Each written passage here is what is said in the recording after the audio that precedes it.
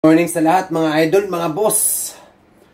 Apat na ICC judge ngayon. US President Donald Trump, binigyan sila ng sanction. Itong apat na tong judge ng ICC. Isa dyan ay may hawak kay Tatay Digong. Ito si Reni Adelaide Sophie Alapani Ganso. Kaya pakinggan muna natin itong balita bago ako magre-react. Tara, let's go. Inanunsyo ni United States Secretary of State Marco Rubio ang pagpapataw ng sanctions laban sa apat na judges ng International Criminal Court o ICC at kabilang rito ang isa sa judges na may hawak sa kasong crimes against humanity laban kay dating Pangulong Rodrigo Duterte. Partikular na si Reni Adelaide Sophie Alapani Ganso.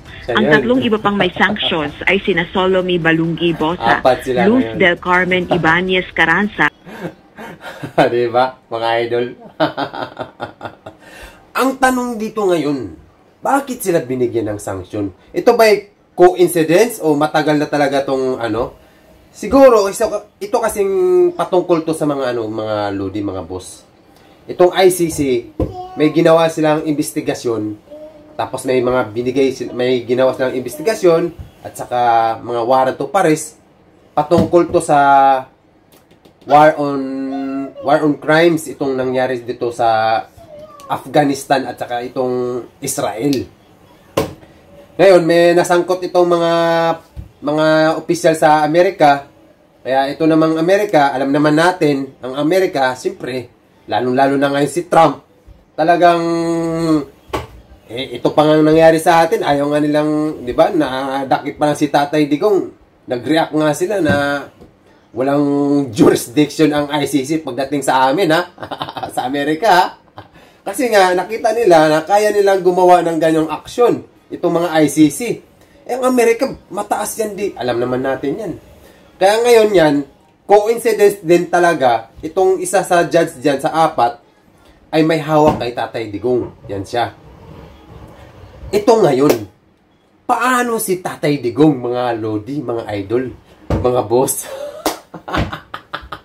Naalala niyo yung chief prosecutor ng ICC din, si Karim Khan, yan? Si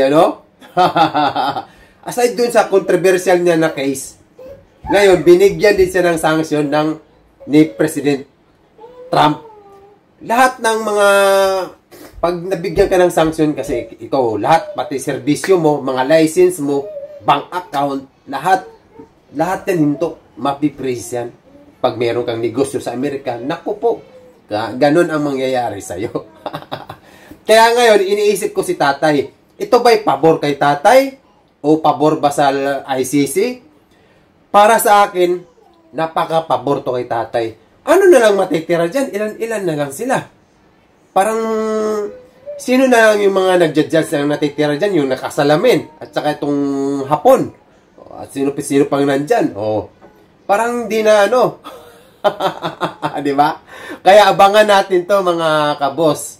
Talagang tingin ko, kutob ko sa puso ko, opinion ko lang, mapapaaga ang uwi ni Tatay Digong. Baka laging ganun lang na. Tingnan mo ang nangyari ngayon. Or talagang to ngayon? It's karma is real. Kaya mag-comment kayo sa baba, mag-like, at saka mag-share. Maraming salamat sa mga dumaan sa akin dito sa sa TikTok kagabi. Nagkasiyahan kami. Maraming salamat. Mag-subscribe kayo sa aking YouTube channel sa mga hindi pa nakakalam. Maraming salamat po sa lahat. Kaya abangan nyo mamayang gabi. At itong Sabado na darating, itong magkasiyahan tayo. Thank you sa lahat. And see you. Bye-bye. Mag-comment, mag-like at mag-share. Thank you sa lahat.